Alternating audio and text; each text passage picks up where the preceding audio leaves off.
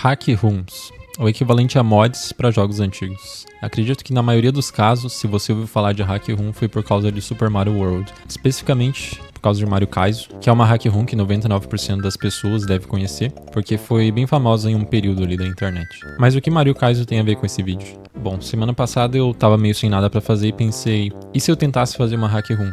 Podia mostrar como é que foi e daria um vídeo maneiro pra explicar e tal. Então hoje eu quero mostrar pra vocês algumas complexidades na confecção de uma hack room, especificamente ali de Mario World, porque se você vai procurar sobre hack room é só Mario World que aparece. E é isso aí. Pra fazer isso a gente vai precisar de duas coisas. Primeiro, o Lunar Magic, que você consegue no site dos caras, que não é nada suspeito. E também vamos precisar de uma cópia legítima, oficial e super... E a gente também vai precisar de uma cópia legítima e oficial de Super Mario World, comprada com dinheiro de verdade da Nintendo.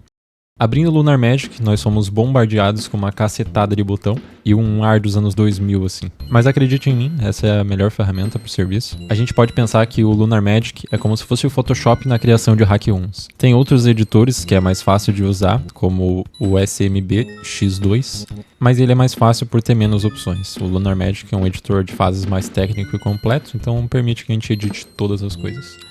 Vamos começar no Lunar Magic pelo editor de fases. Depois de xeretar um pouco, eu achei essa janela com o menu das coisas que a gente pode pôr na fase. E é tão simples como selecionar o que a gente quer e começar a desenhar a nossa primeira obra-prima. Algo padrão na criação de hack rooms é o editor de fases, que não tem erro, é a parte mais tranquila. Digo, editar as fases é a parte tranquila, né? Porque pensar em um bom level design que é o desafio. Continuando, digamos que você queira editar outra fase.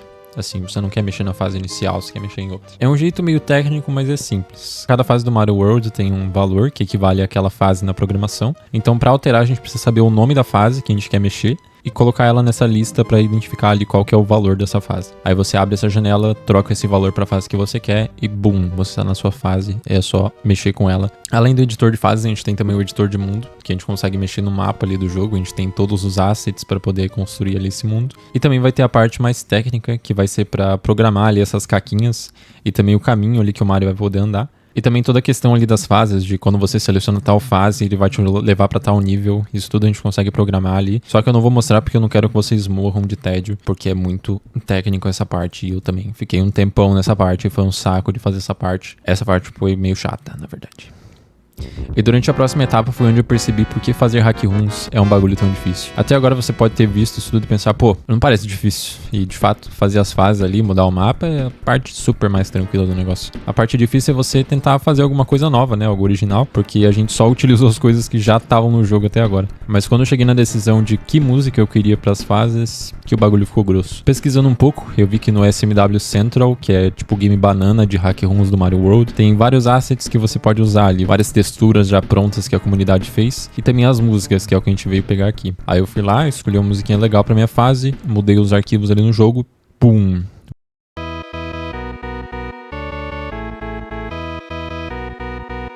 Pronto, aí eu pensei, não ficou legal.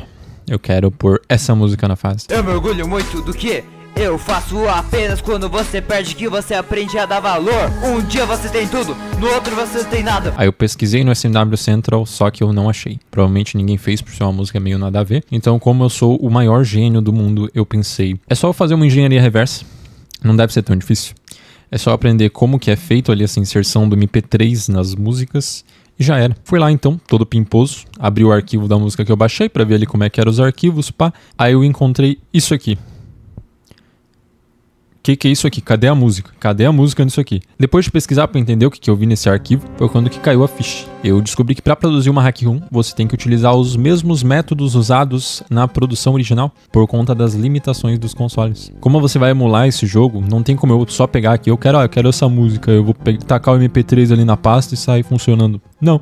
Você tem que produzir a música do zero para rodar no Super Nintendo. E como são feitas as músicas, você se pergunta. Bom, senta aí que eu explico. Como a gente está falando de um console dos anos 90, nessa época os consoles tinham bastante limitações de hardware, por conta de ser uma tecnologia nova ali que eles estavam estudando e pá, tava num período meio infante ali dos videogames. E o Super Nintendo, que é o console em questão, ele tinha a placa de áudio SCP é foda. SPC 700, que possui incríveis 64 KB de memória RAM. Ou seja, ela só conseguia ler e reproduzir 64 KB de áudio por vez, impossibilitando ele o uso do MP3, que preencheria instantaneamente a memória, não sobrando nada para os outros sons. Então, para contornar esses problemas, os japoneses da Nintendo utilizaram sampling. Sampling é uma técnica utilizada na produção de músicas, onde são usados vários trechos de áudios para produzir uma música. Então, o Super Nintendo ele não toca uma música completa, ele apenas segue ali uma sequência de comandos de um arquivo de texto que pede para que ele toque esses sons em uma sequência. E lembra onde tinha um arquivo de texto? Exatamente, no arquivo da música que eu abri lá no começo. Aquela sequência cabulosa de caracteres eram as instruções da música pedindo pro jogo tocar essas notas nessa frequência, nessa ordem. E agora tudo faz sentido, mas eu queria que não fizesse. Porque para fazer uma música própria, a gente precisa aprender a linguagem utilizada pelos japoneses na codificação das músicas. E eu acho que é ok dizer da minha parte que eu não estava preparado ainda para esse investimento, já que eu sou apenas um ser humano normal e essa produção está fora do meu alcance no presente momento. Porque eu não esperava de forma nenhuma, quando eu comecei isso aqui, que seria tão difícil colocar uma musiquinha engraçadinha no meu joguinho. Mas saber agora de como funcionam essas paradas,